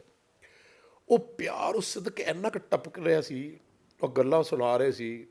ਅਤੇ ਮੈਂ ਇੱਦਾਂ ਹੀ ਹੱਥ ਜੋੜ ਕੇ ਥੱਲੇ, ਮੇਰੇ ਅੱਖ 'ਚ ਹੰਝੂ ਨਿਕਲਦੇ ਸੀ, ਉਹ ਦੇਖਦੇ ਸੀ। ਅਤੇ ਉਹਨਾਂ ਨੇ ਜੀ ਕਿਹਾ ਵੀ ਸਿੰਘ ਨੂੰ ਬੁਲਾਇਆ, ਕਿ ਮੈਂ ਬਾਬਾ ਜੀ ਮੱਥਾ ਟੇਕਣਾ। ਉਹ ਕਹਿੰਦਾ ਚਾਬੀ ਫੜ। ਟਾਹਲਾ ਸਾਹਿਬ ਬਾਬਾ ਜੀ ਦਾ ਕਮਰਾ ਬਣਿਆ ਉੱਪਰ, ਜਿੱਥੇ ਆ ਕੇ ਉਹ ਹਰਿਮੰਦਰ ਸਾਹਿਬ ਤੋਂ ਆ ਕੇ ਰਾਤ ਨੂੰ ਆਰਾਮ ਕਰਦੇ ਆ। ਉੱਥੇ ਕੋਈ ਨਹੀਂ ਜਾਂਦਾ, ਉੱਪਰ ਤਾਲਾ ਲੋਕ ਲੱਗਿਆ ਹੈ, ਉੱਥੇ ਸਿਰਫ ਸਿੰਘ ਜਾਂਦੇ ਨੇ। ਮੈਂ ਉਹ ਕਦੇ ਕਮਰਾ ਨਹੀਂ ਸੀ ਦੇਖਿਆ। ਜਦ ਦਾ ਗੁਰੂ ਸਾਹਿਬ ਦਾ ਉਹ ਬਣਿਆ ਗੁਰਦੁਆਰਾ, ਉੱਥੇ ਪਹਿਲਾਂ ਗੁੰਬਦ ਹੀ ਹੁੰਦਾ ਸੀ, ਜਿੱਥੇ ਬਾਬਾ ਜੀ ਦਾ ਸੀਸ ਤੇ ਗਿਆ ਸੀ, ਅਜੇ ਉੱਥੇ ਹੀ ਹੈ ਗੁਰਦੁਆਰੇ ਦੇ ਵਿੱਚ ਹੀ। ਪਰ ਉਦਣ ਬਾਬਾ ਜੀ ਨੇ ਕਿਹਾ ਵੀ ਇਹ ਚਾਬੀ ਲੈ ਜਾਓ ਅਤੇ ਸਿੰਘ ਨੂੰ ਉੱਤੇ ਦਰਸ਼ਨ ਕਰਾ ਕੇ ਲਿਆਓ। ਮੈਨੂੰ ਨਹੀਂ ਪਤਾ ਸੀ ਵੀ ਕਿੱਥੇ ਜਾਣਾ। ਬੇਟਾ ਉਹ ਪਹਿਲਾਂ ਤਾਂ ਤਾਲਾ ਇੱਧਰੋਂ ਖੋਲ੍ਹ ਰਹੇ ਸੀ, ਖੋਲ੍ਹਿਆ ਨਹੀਂ। 5-10 ਮਿੰਟ ਹੋ ਗਏ, ਫਿਰ ਚਾਬੀ ਮੰਗਾਈ ਦੂਜੀ, ਗ੍ਰੰਥੀ ਸਾਹਿਬ ਲੈ ਕੇ ਆਏ, ਉਹਨੇ ਤਾਲਾ ਖੋਲ੍ਹਿਆ, ਗੇਟ ਖੋਲ੍ਹਿਆ, ਤੁਸੀਂ ਪੌੜੀਆਂ ਚੜ੍ਹਨ ਲੱਗ ਗਏ। ਜਦ ਮੈਂ ਪੌੜੀ 'ਤੇ ਪੈਰ ਰੱਖਿਆ, ਉੱਪਰ ਜਾ ਰਹੇ ਸੀ, ਮੈਨੂੰ ਐਂ ਲੱਗਦਾ ਸੀ ਮੈਂ ਨਾ ਸਵਰਗ 'ਚ ਜਾ ਰਿਹਾ। ਮੈਨੂੰ ਬਾਬਾ ਜੀ ਲੈ ਕੇ ਜਾ ਰਹੇ ਆ ਹੱਥ ਫੜ ਕੇ, ਕਿ ਆ ਤੈਨੂੰ ਅੱਜ ਮੈਂ ਖੁਦਾ ਦੇ ਦਰਸ਼ਨ ਕਰਾਵਾਂ। ਉਸ ਕਮਰੇ 'ਚ ਮੈਂ ਗਿਆ, ਅੰਦਰ ਐਂਟਰ ਕੀਤਾ, ਮੱਥਾ ਟੇਕ ਕੇ ਮੈਨੂੰ ਝਟਕਾ ਵੱਜਿਆ ਐਡੀ ਜ਼ੋਰ ਦੀ, ਜਿਵੇਂ ਨਾ ਭੁਚਾਲ ਆਇਆ ਹੁੰਦਾ। ਇੱਦਾਂ ਕਰਕੇ ਸਰੀਰ ਦੇ ਵਿੱਚ ਜਿੱਦਾਂ ਪਾਵਰ, ਉਹਨਾਂ ਦੇ ਖੜਾਵਾਂ ਪਈਆਂ ਨੇ ਹੀਰੇ ਨਾਲ ਮੋਤੀਆਂ ਨਾਲ ਜੜੀਆਂ। ਉੱਥੇ ਉਹਨਾਂ ਦਾ ਪਲੰਗ ਹੈ, ਉੱਥੇ ਫੋਟੋ ਲੱਗੀ ਹੋਈ ਹੈ। ਮੈਂ ਉੱਥੇ ਮੱਥਾ ਟੇਕਿਆ, ਟੇਕਦੇ ਸਾਰ ਮੇਰੇ ਤਾਂ ਪੁੱਪਾ ਹੀ ਨਿਕਲ ਗਈ, ਮੇਰੀ ਅੱਖਾਂ 'ਚੋਂ ਨੀਰ ਹੀ ਜਾਣ। ਉੱਥੇ ਬੈਠ ਕੇ ਜੋ ਉੱਥੇ ਉਹ ਆਸ਼ੀਰਵਾਦ ਉੱਦਣ ਮਿਲਿਆ, ਜੋ ਉੱਦਣ ਗੱਲ ਹੋਈ, ਮੈਂ ਤੁਹਾਨੂੰ ਬਿਆਨ ਨਹੀਂ ਕਰ ਸਕਦਾ। ਉਸ ਤੋਂ ਬਾਅਦ ਜਿੱਥੇ ਆਪਣੇ ਗੁਰੂ ਗ੍ਰੰਥ ਸਾਹਿਬ ਮਹਾਰਾਜ ਉੱਥੇ ਬਿਰਾਜਮਾਨ ਹੁੰਦੇ, ਰਾਤ ਨੂੰ ਸੌਂਦੇ ਗੁਰੂ ਮਹਾਰਾਜ ਸਾਰੇ, ਮੈਨੂੰ ਮਹਿਸੂਸ ਹੋਇਆ ਵੀ 10 ਗੁਰੂ, ਸ਼ਹੀਦ ਸਿੰਘ, ਬਾਬਾ ਜੀ, ਸਾਰਾ ਬ੍ਰਹਮੰਡ ਤੇ ਖੁਦਾ ਬੈਠਾ ਹੈ। ਔਰ ਇੱਦਾਂ ਮੈਂ ਦੇਖ ਰਿਹਾ ਸਾਹਮਣੇ, ਔਰ ਮੈਨੂੰ, ਮੈਂ ਪਾਠ ਕਰ ਰਿਹਾ, ਔਰ ਮੈਨੂੰ ਉੱਥੇ ਇਹ ਥਾਪੜਾ ਮਿਲ ਰਿਹਾ ਜਿਵੇਂ ਮੈਨੂੰ ਉਹ ਕਹਿ ਰਹੇ, ਲੈ ਵੀ ਤੈਨੂੰ ਅੱਜ ਪੁੱਤਰ ਨਵਾਂ ਨਕੋਰ ਬਣਾ ਕੇ ਭੇਜਤਾ, ਜਾ ਜੋ ਮੂੰਹ 'ਚੋਂ ਕੱਢੇਂਗਾ ਉਹੀ ਹੋਊਗਾ। ਥੱਲੇ ਆ ਗਏ, ਬਾਬਾ ਜੀ ਨੇ ਥਾਪੜਾ ਦੇ ਕੇ ਸਾਨੂੰ ਤੋਰਤਾ। ਜਾਣੀ ਜਾਣ ਨੇ, ਸਭ ਕੁਝ ਜਾਣਦੇ ਨੇ। ਤੁਸੀਂ ਕਦੇ ਬਾਬਾ ਦਰਸ਼ਨ ਸਿੰਘ ਜੀ ਦੇ ਨਾਲ ਜਦੋਂ ਬੋਲਦੇ ਹੁਣ ਚਿਹਰੇ 'ਤੇ ਮਾੜੀ ਨਿਗਾਹ ਟਿਕਾ ਕੇ ਦੇਖਿਓ, ਤੁਹਾਨੂੰ ਇਹ ਲੱਗੂਗਾ ਜਿਵੇਂ ਬਾਬਾ ਦੀਪ ਸਿੰਘ ਜੀ ਬੈਠੇ ਆ। ਮੈਨੂੰ ਤਾਂ ਹੀ ਦਿਖਦਾ। ਮੈਂ ਜੀ ਵਾਪਸ ਉੱਥੋਂ ਆਇਆ, ਬੜੇ ਖੁਸ਼ ਅਸੀਂ, ਮਤਲਬ ਮੈਂ ਇੰਨਾ ਕਦੇ ਖੁਸ਼ ਹੀ ਨਹੀਂ ਹੋਇਆ। ਜਗਤਾਰ ਬੜਾ ਖੁਸ਼, ਉਹ ਬਾਬਾ ਜੀ 'ਤੇ ਜਾਂਦਾ ਹੈ। ਉਹ ਪਰਮਜੀਤ ਬੜਾ ਖੁਸ਼, ਕਹਿੰਦਾ ਅੱਜ ਦਿਨਾਂ ਤਾਂ ਖੁਸ਼ੀ ਨਹੀਂ ਕਦੇ ਹੋਈ। ਚਲੋ ਜੀ, ਅਸੀਂ ਕਰਦੇ ਕਰਦੇ ਕਰਦੇ ਸਿੰਘ ਸ਼ਹੀਦਾਂ ਦੇ ਮੱਥਾ ਟੇਕ ਕੇ ਅਸੀਂ ਘਰੇ ਆ ਗਏ। ਘਰੇ ਆ ਕੇ ਆਪਣਾ ਆਪਣੇ ਘਰੇ ਚਲੇ ਗਏ। ਉਸ ਰਾਤ ਮੈਂ ਸੁੱਤਾ ਤੇ ਮੈਨੂੰ ਨੀਂਦ ਨਾ ਆਵੇ। ਕਈ ਵਾਰੀ ਖੁਸ਼ੀ ਤੋਂ ਨੀਂਦ ਨਹੀਂ ਆਉਂਦੀ ਹੈ ਨਾ, ਤੁਹਾਨੂੰ ਕੋਈ ਚੀਜ਼ ਮਿਲਦੀ ਹੈ, ਤੁਹਾਨੂੰ ਕਿਆ ਲੱਗਦਾ ਹੈ। ਔਰ ਮੈਂ ਕੋਈ 11-12 ਵਜੇ ਸੁੱਤਾ ਹੋਣਾ ਤੇ ਮੇਰੀ ਪੌਣੇ 3 ਵਜੇ ਜਾਗ ਖੁੱਲ੍ਹ ਗਈ। ਮੈਨੂੰ ਕਿਸੇ ਨੇ ਬਾਂਹ ਫੜ ਕੇ ਉਠਾਇਆ ਹੁੰਦਾ ਕੜਾ, ਔਰ ਮੈਂ ਇੰਨਾ ਫਰੈਸ਼, ਮੈਂ ਉੱਠਿਆ, ਮੈਂ ਨਹਾਤਾ, ਕੱਪੜੇ ਬਦਲੇ ਤੇ ਮੈਂ 3 ਵਜੇ ਚੌਂਕੜਾ ਲਾ ਲਿਆ। ਮੈਨੂੰ ਬੇਟਾ ਨਹੀਂ ਪਤਾ, ਰੱਬ ਜਾਣਦਾ ਹੈ, ਉਹ ਜਾਣੇ, ਉਹਦੀਆਂ ਕਰਨ ਵਾਲਾ ਜਾਣੇ, ਬਾਬਾ ਜੀ ਜਾਣਨ। ਮੈਨੂੰ, ਮੈਂ ਜਪਜੀ ਸਾਹਿਬ ਪਾਠ ਅੱਗੇ ਮੇਰੇ ਤੋਂ ਬਾਬਾ ਜੀ ਕਰਾਉਂਦੇ ਹੁੰਦੇ ਸੀ। ਮੈਨੂੰ ਫਿਰ ਸਾਰਾ ਗੁਟਕਾ ਸਾਹਿਬ ਹੀ ਪੜ੍ਹਾਤਾ ਉਸ ਦਿਨ ਸਵੇਰ ਦੇ 7 ਵਜੇ। ਔਰ ਜਾਪ ਸਾਹਿਬ ਕਰਨਾ ਇੰਨਾ ਔਖਾ ਹੈ, ਮਤਲਬ ਤੁਸੀਂ ਜਾਪ ਸਾਹਿਬ ਨੂੰ 1000-2000 ਪੜ੍ਹੋ ਜਾਪ ਬਾਰੀ, ਤਾਂ ਜਾ ਜਾ ਕੇ ਤੁਹਾਨੂੰ ਅਲਫਾਜ਼ ਜਿਹੜੇ ਟਿਕਾਣੇ ਸੁਣਾਉਂਦੇ ਆ। ਅਤੇ ਮੈਂ ਕਈ ਵਾਰੀ ਉਹ ਜਾਪ ਸਾਹਿਬ ਪੜ੍ਹਦੇ ਮੈਨੂੰ ਕਈ ਵਾਰੀ ਅਲਫਾਜ਼ ਉੱਤੇ ਥੱਲੇ ਹੋ ਜਾਂਦੇ ਸੀ। ਮੈਨੂੰ ਪਤਾ ਲੱਗਿਆ ਵੀ ਜਾ ਕੇ ਬਾਬੇ ਤੋਂ ਸਿੱਖਾਂ। ਫਿਰ ਉਹ ਕਹਿੰਦੇ ਨਹੀਂ, ਮੈਂ ਤੈਨੂੰ ਇੱਥੇ ਸਿਖਾ ਦੇਣਾ ਸਾਰਾ ਕੁਛ, ਤੂੰ ਕਰੀ ਚੱਲ। ਮੈਂ ਜੀ ਸ਼ੁਰੂ ਕੀਤਾ। 7 ਵਜੇ ਮੈਂ ਆਪਣਾ ਖਾਣਾ ਬਣਾਇਆ, ਖਾਧਾ ਪੀਤਾ, ਮੈਂ ਸੌਂ ਗਿਆ। 11 ਵਜੇ ਮੇਰੀ ਜਾਗ ਖੁੱਲ੍ਹੀ, ਮੈਂ ਤਿਆਰ ਹੋਇਆ, ਮੈਂ ਜਿੰਮ ਵੜ ਗਿਆ। 2 ਪਹਿਲੇ ਮੈਂ ਅਕੈਡਮੀ ਜਾਣ ਲੱਗ ਗਿਆ। ਮੈਨੂੰ ਇੰਨੀ ਕੁ ਖੁਸ਼ੀ ਜ਼ਿੰਦਗੀ 'ਚ ਹੋਈ, ਮੈਂ ਦੱਸ ਹੀ ਨਹੀਂ ਸਕਦਾ। ਸਾਰਾ ਕੁਛ ਜਿਵੇਂ ਬਦਲ ਗਿਆ ਹੁੰਦਾ। ਔਰ ਉਸ ਤੋਂ ਲੈ ਕੇ ਅੱਜ ਜਿੱਥੇ ਮੈਂ ਤੁਹਾਡੇ ਕੋਲ ਬੈਠਾ ਗੱਲਾਂ ਕਰ ਰਿਹਾ, ਮਤਲਬ ਮੈਂ ਕੀ ਬਿਆਨ ਕਰਾਂ ਕਿ ਗੁਰੂ ਮਹਾਰਾਜ ਦੇ ਮੂਹਰੇ ਮੈਂ ਕਹਿੰਦਾ ਤੇਰਾ ਸ਼ੁਕਰ ਹੈ। ਮੈਂ ਕਿੰਨੀਆਂ ਕੁ ਗੱਲਾਂ ਕਹਿ ਜਾਂਦਾ ਬਾਬਾ ਜੀ ਨੂੰ, ਉਹ ਮੈਂ ਤੁਹਾਨੂੰ ਬਿਆਨ ਨਹੀਂ ਕਰ ਸਕਦਾ। ਲੇਕਿਨ ਲੋਕ ਕਹਿੰਦੇ ਆ ਨਾ, ਇਹ ਸ਼ਾਇਦ ਪਿਆਰ ਜਿਹੜਾ ਹੁਣ ਤੁਹਾਡੇ ਵੀ ਅੱਖ ਗਿੱਲੀ, ਮੇਰੀ ਵੀ ਗਿੱਲੀ ਆ, ਕਾਕਾ ਜੀ ਦੀ ਵੀ ਗਿੱਲੀ, ਕੈਮਰਾਮੈਨ ਆਪਣੀ, ਤੁਸੀਂ ਅੰਦਰ ਗਏ ਹੋ, ਮੱਥਾ ਟੇਕਿਆ, ਉਹਨਾਂ ਦੀ ਗੱਲ ਕਰਦੇ ਤੁਹਾਡੇ ਅੱਖ 'ਚ ਹੰਝੂ ਆਉਂਦੇ। ਅਤੇ ਮੈਨੂੰ ਮਹਾਂਪੁਰਸ਼ ਕਹਿੰਦੇ ਹੁੰਦੇ ਸੀ, ਬਾਬਾ ਦਰਸ਼ਨ ਸਿੰਘ ਜੀ ਕਹਿੰਦੇ ਜਿੱਦਣ ਰੱਬ ਦੀ ਯਾਦ 'ਚ ਅੱਖ 'ਚ ਹੰਝੂ ਆਉਣ ਲੱਗ ਜੇ ਅਤੇ ਮਨ ਰੁੱਗ ਭਰਿਆ ਹੋਵੇ, ਰੁੱਗ ਵੀ ਫਟ ਜਾਣਾ। ਉਹਦਾ ਜਿਹੜਾ ਪਿਆਰ ਹੈ, ਉਹਦਾ ਜਿਹੜਾ ਸਿਦਕ ਹੈ, ਉਹਦੀ ਜਿਹੜੀ ਹੋਂਦ ਹੈ, ਉਹ ਐਡੀ ਪਾਵਰਫੁੱਲ ਹੈ ਕਿ ਤੁਹਾਨੂੰ ਐਂ ਲੱਗਦਾ ਮੈਨੂੰ ਮੇਰੀ ਮਾਂ ਨੇ ਆਪਣੀ ਕੁੱਖ 'ਚ ਪਾ ਕੇ ਅਤੇ ਰੱਬ ਨੇ ਮੈਨੂੰ ਗੋਦ ਚੱਕਿਆ ਹੈ। ਤੁਸੀਂ ਕਈ ਵਾਰੀ ਕੋਈ ਫੋਟੋ ਦੇਖੀ ਹੋਣੀ ਹੈ 10ਵੇਂ ਪਾਤਸ਼ਾਹ ਦੀ, ਛੋਟਾ ਜਿਹਾ ਬੱਚਾ ਨਾਲ ਲਾਇਆ ਆਪਣੇ, ਹੈ ਨਾ, ਅਤੇ ਉਹਦੇ ਵੱਲ ਦੇਖ ਰਹੇ ਨੇ ਐਂ ਕਰਕੇ। ਇਸ ਤਰ੍ਹਾਂ ਮੈਨੂੰ ਮਹਿਸੂਸ ਹੁੰਦਾ ਹੈ। ਮੈਂ ਦਿਨ ਸ਼ੁਰੂ ਕਰਦਾ, ਇੱਥੋਂ ਜਾਂਦਾ, ਵਾਪਸ ਆਉਣਾ। ਮੈਂ ਘਰੇ, ਮੈਂ ਸੈਟਰਡੇ ਸੰਡੇ ਸੋਚਿਆ ਬੱਚਿਆਂ ਕੋਲ ਜਾਵਾਂ, ਮੈਂ ਪਿਆ, ਮੇਰਾ ਉੱਥੇ ਮਨ ਨਹੀਂ ਲੱਗਦਾ। ਪਰ ਉੱਥੇ ਵੀ ਬਾਬਾ ਜੀ ਨੇ 3 ਵਜੇ ਮੇਰੀ ਜਾਗ ਖੁਲਾ ਲਈ। ਮੈਂ ਬੱਚਿਆਂ ਕੋਲ ਜਿਸ ਸੈਟਰਡੇ ਸੰਡੇ ਰਿਹਾ ਰਾਤ, ਕਿਉਂਕਿ ਉਹਨੇ ਮੈਨੂੰ ਕਿਹਾ ਵੀ ਬੱਚਿਆਂ ਦਾ ਵੀ ਖਿਆਲ ਕਰਨਾ, ਪਰਿਵਾਰ ਇੱਕਦਮ ਨਹੀਂ ਛੱਡਣਾ, ਹੌਲੀ ਹੌਲੀ ਸੈੱਟ ਹੋ ਜਾਣਗੇ, ਉਸ ਤੋਂ ਬਾਅਦ ਆਪੇ ਬਾਬਾ ਜੀ ਕਰ ਦੇਣਗੇ, ਤੂੰ ਕੁਝ ਨਹੀਂ ਕਰਨਾ। ਉਹ ਮੈਂ ਉੱਥੇ ਵੀ 3 ਵਜੇ ਜਾਗ ਮੇਰੀ ਖੁੱਲ੍ਹ ਜਾਂਦੀ ਹੈ। ਹੋਰ ਕਈ ਚੀਜ਼ਾਂ ਮਨ 'ਚ ਆਉਂਦੀਆਂ ਨੇ, ਪਰ ਜਿਹੜਾ ਸਕੂਨ ਇੱਥੇ ਹੈ, ਆਹਾ, ਇਹ ਮੈਂ ਸ਼ਾਇਦ ਬਿਆਨ ਨਹੀਂ ਕਦੇ ਕਰ ਸਕਦਾ। ਹੁਣ ਮੇਰੀ ਇੱਛਾ ਇੱਕ ਦਿਨ ਜਾਗੀ, ਮੈਂ ਕਿਹਾ ਬਾਬਾ ਜੀ ਮੇਰਾ ਦਿਲ ਕਰਦਾ ਕਿਤੇ ਮੈਂ ਪਹਾੜਾਂ ਦੇ ਕੋਲ ਨਾ, ਮੈਨੂੰ ਕਿੱਲਾ ਕਿਤੋਂ ਕਿੱਲਾ ਥਾਂ ਮਿਲ ਜੇ ਨਾ, ਅਤੇ ਮਹਾਰਾਜ ਮੈਨੂੰ ਪੈਸੇ ਦੇ ਦੇਣੇ ਨੇ ਕਿ ਮੈਂ ਜ਼ਮੀਨ ਲੈ ਕੇ ਅਤੇ ਉੱਥੇ ਕੱਚੇ ਘਰ ਪਾ ਕੇ ਅਤੇ ਇੱਕ ਆਪਣਾ ਕੋਠਾ ਪਾ ਕੇ, ਅਤੇ ਉੱਥੇ ਮੈਂ ਬਾਣੀ ਦਰਖਤ ਲਾ ਕੇ, ਉੱਥੇ ਜੰਗਲਾਂ ਦੇ ਜਾਨਵਰ ਆਇਆ ਕਰਨ, ਉੱਥੇ ਲੋਕ ਆਇਆ ਕਰਨ, ਉੱਥੇ ਕੀਰਤਨ ਚੱਲਦਾ ਹੋਵੇ। ਇਸ ਤਰ੍ਹਾਂ ਦਾ ਮੇਰਾ ਮਨ। ਉਹ ਕਹਿੰਦੇ ਪੁੱਤਰਾ ਜੋ ਮੰਗੇ ਠਾਕੁਰ ਆਪਣੇ ਸੇ ਸੋਈ ਸੋਈ ਦੇਵੇ, ਜੋ ਤੇਰੇ ਮਨ 'ਚ ਇੱਛਾ ਹੈ। ਲੋਕਾਂ ਦੀ ਇੱਛਾ ਨੇ ਮੈਨੂੰ ਆਹ ਮਿਲ ਜੇ, ਮੈਨੂੰ ਉਹ ਮਿਲ ਜੇ, ਅੱਛਾ ਆਹ ਹੈ ਵੀ ਇਹੋ ਜਿਹਾ ਇੱਕ ਸਮਾਂ ਆ ਜੇ, ਉਹ ਵੀ ਰੱਬ ਨੇ ਲੈ ਆਉਣਾ, ਮੈਨੂੰ ਪਤਾ ਅੱਜ ਨਹੀਂ ਤਾਂ ਕੱਲ੍ਹ ਨੂੰ। ਪਰ ਉਹਨੇ ਮੈਨੂੰ 2-3 ਗੱਲਾਂ ਕਹੀਆਂ। ਇੱਕ ਤਾਂ ਕਹਿੰਦੇ ਸੱਚ ਦੇ ਰਾਹ 'ਤੇ ਚੱਲਣਾ, ਡਰਨਾ ਨਹੀਂ ਕਿਸੇ ਤੋਂ, ਭਾਵਾਂ ਐਸਾ ਥਾਪੜਾ ਮਿਲਿਆ, ਐਂ ਲੱਗਦਾ ਵੀ ਭਾਵਾਂ ਸੀਸ ਹੁਣੇ ਵੱਢਿਆ ਜਾਵੇ ਅਤੇ ਗੁਰੂ ਮਹਾਰਾਜ ਦੇ ਚਰਨਾਂ 'ਚ ਚਲੇ ਜਾਈਏ। ਦੂਜਾ, ਮਾੜਾ ਪੈਸਾ ਨਹੀਂ ਕਮਾਉਣਾ, ਮਿਹਨਤ ਕਰਕੇ, ਕਿਰਤ ਕਰਕੇ ਕਮਾਉਣੀ ਹੈ। ਮੈਨੂੰ ਕਹਿੰਦੇ ਗੁਰੂ ਨਾਨਕ ਦੇਵ ਜੀ ਮਹਾਰਾਜ ਨੇ, ਬਾਬਾ ਜੀ ਨੇ ਬਿਰਧ ਉਮਰ 'ਚ ਆ ਕੇ ਹਲ ਚਲਾ ਕੇ ਖੇਤੀ ਕਰੀ, ਔਰ ਲੋਕਾਂ ਨੇ ਕਿਹਾ ਮਹਾਰਾਜ ਬੈਠੋ ਰੋਟੀ, ਕਹਿੰਦੇ ਨਹੀਂ, ਕਿਰਤ ਕਰਕੇ ਰੋਟੀ ਖਾਣੀ, ਮੇਰੇ ਅਕਾਲ ਪੁਰਖ ਦਾ ਹੁਕਮ। ਉਹ ਕਹਿੰਦਾ ਦਾੜਾ ਚਿੱਟਾ ਹੋ ਗਿਆ, ਬੁੱਢਾ ਹੋ ਗਿਆ, ਕਿਰਤ ਕਰਕੇ, ਮਾੜਾ ਪੈਸਾ ਨਹੀਂ, ਕਿਸੇ ਮਾੜੀ ਸੰਗਤ 'ਚ ਨਹੀਂ ਬਹਿਣਾ, ਕਿਸੇ ਨਾਲ ਕਿਸੇ ਨੂੰ ਉੱਚਾ ਨਹੀਂ ਬੋਲਣਾ, ਥੋੜ੍ਹਾ ਬੋਲਣਾ, ਥੋੜ੍ਹਾ ਖਾਣਾ ਅਤੇ ਥੋੜ੍ਹਾ ਸੌਣਾ। ਮੈਂ ਕਿਹਾ ਜੀ ਕਿਰਪਾ ਕਰ ਦਿਓ ਮਹਾਰਾਜ, ਤੁਸੀਂ ਹੁਣ, ਮੈਂ ਕਿਹਾ ਬਾਬਾ ਜੀ ਕਹਿ ਰਹੇ ਹੋ ਤਾਂ ਥਾਪੜਾ ਦੇ ਦਿਓ। ਉਹਨਾਂ ਨੇ ਫਿਰ ਮੈਨੂੰ ਜਾਣ ਲੱਗੇ ਜਿਵੇਂ ਪੈਰੀ ਹੱਥ ਲਾਏ ਨਾ ਉਹਨਾਂ ਦੇ, ਪਹਿਲਾਂ ਤਾਂ ਲਵਾਉਂਦੇ ਨਹੀਂ। ਮੈਂ ਕਿਹਾ ਜੀ ਮੈਨੂੰ ਚਰਨ ਛੂਹ ਲੈਣ ਦਿਆ ਕਰੋ। ਚਰਨ ਛੂਹ ਕੇ ਜੇ ਮੈਂ ਉੱਠਿਆ ਤਾਂ ਉਹਨੇ ਮੇਰੇ ਪਿੱਠ 'ਤੇ ਐਂ ਕਰਕੇ ਮਾਰਿਆ। ਇੰਨੇ ਖੁਸ਼, ਮੈਂ ਉਹਦੀ ਸ਼ਕਲ ਵੱਲ ਦੇਖਿਆ, ਐਂ ਲੱਗਦਾ ਜਿਵੇਂ ਨਾ ਇੱਕ ਬਾਪ ਆਪਣੇ ਬੇਟੇ ਨੂੰ ਕਹਿ ਰਿਹਾ, ਜਾ ਪੁੱਤਰ ਅੱਜ ਤੋਂ ਬਾਅਦ ਜੋ ਮੂੰਹ 'ਚੋਂ ਕੱਢੇਂਗੇ ਉਹੀ ਹੋਊਗਾ। ਅੱਛਾ ਹੁਣ ਕੀ ਹੈ, ਹੁਣ ਪਹਿਰਾ ਲੱਗ ਗਿਆ, ਹੁਣ ਡਰ ਲੱਗਦਾ ਹੈ। ਅੱਗੇ ਡਰ ਖੁਦਾ ਦਾ ਬਹੁਤ ਮੈਨੂੰ ਰਹਿੰਦਾ ਬਰਾਬਰ ਦਾ। ਹੁਣ ਡਰ ਲੱਗਦਾ ਕਿਤੇ ਕੋਈ ਗਲਤੀ ਨਾ ਹੋ ਜਾਏ, ਕਿਸੇ ਨੂੰ ਕੁੱਚਾ ਨਾ ਬੋਲਿਆ ਜਾਵੇ, ਕਿਸੇ ਨੂੰ ਮਾੜਾ ਨਾ ਬੋਲਿਆ ਜਾਵੇ। ਗੱਡੀ ਜਾਣਾ, ਜੇ ਕੋਈ ਗੱਡੀ ਵਾਲਾ ਰੋਕ ਰਿਹਾ, ਬਾਈ ਜੀ ਫੋਟੋ ਖਿਚਾਉਣੀ, ਮੈਂ ਰੋਕ ਲੈਣਾ। ਜੇ ਕੋਈ ਮੰਗਤਾ ਮਿਲ ਗਿਆ ਮੈਂ ਹੱਥ ਜੋੜ ਦੇਣਾ, ਮੈਂ ਯਾਰ ਲੈ ਲਾ, ਬਾਬਾ ਜੀ ਨੇ ਭੇਜੇ। ਇਸ ਤਰ੍ਹਾਂ ਦਾ ਸੁਭਾਅ ਹੁੰਦਾ ਜਾਂਦਾ। ਮੈਨੂੰ ਨਹੀਂ ਪਤਾ ਕੀ ਹੋਇਆ ਮੇਰੇ ਨਾਲ, ਪਰ ਇਹ ਗੁਰੂ ਦੀ ਬੜੀ ਕਿਰਪਾ। ਜਿਹੋ ਜਿਹਾ ਜੀਵਨ ਮੈਂ ਚਾਹੁੰਦਾ ਸੀ ਉਹੋ ਜਿਹਾ ਹੈ। ਬੱਚੇ ਮੇਰੀ ਬਹੁਤ ਇੱਜ਼ਤ ਕਰਦੇ, ਪਰਿਵਾਰ ਬਹੁਤ ਇੱਜ਼ਤ ਕਰਦਾ, ਲੋਕ ਬੜੇ ਪਿਆਰ ਕਰਦੇ, ਬੜਾ ਸੁਣ ਕੇ ਜਾਂਦੇ, ਪੈਰੀ ਹੱਥ ਲਾਉਂਦੇ। ਮੈਂ ਕਿਹਾ ਨਾ ਲਾਇਆ ਕਰੋ, ਮੈਂ ਕਿਹਾ ਮੈਂ ਇੰਨੇ ਜੋਗਾ ਹੈ ਨਹੀਂ, ਪਰ ਨਹੀਂ ਹਟਦੇ ਲੋਕ। ਕਈ ਵਾਰੀ ਕਹਿਣਾ ਪੈਂਦਾ, ਯਾਰ ਆਹ ਨਾ ਕਰੋ, ਤੁਸੀਂ ਇੱਦਾਂ ਕਰ ਲਓ। ਸੋ ਮੈਂ ਸਮਝਦਾ ਕਿ ਬੇਟਾ ਆਹ ਜਿੰਨੀਆਂ ਗੱਲਾਂ ਮੈਂ ਤੁਹਾਨੂੰ ਦੱਸੀਆਂ ਨੇ, ਮੈਂ ਕੁਝ ਨਹੀਂ ਕਹਿੰਦਾ, ਮੈਂ ਸਿਰਫ ਦੁਨੀਆ ਨੂੰ ਸੁਨੇਹਾ ਵੀ ਨਹੀਂ ਦੇਣਾ ਚਾਹੁੰਦਾ।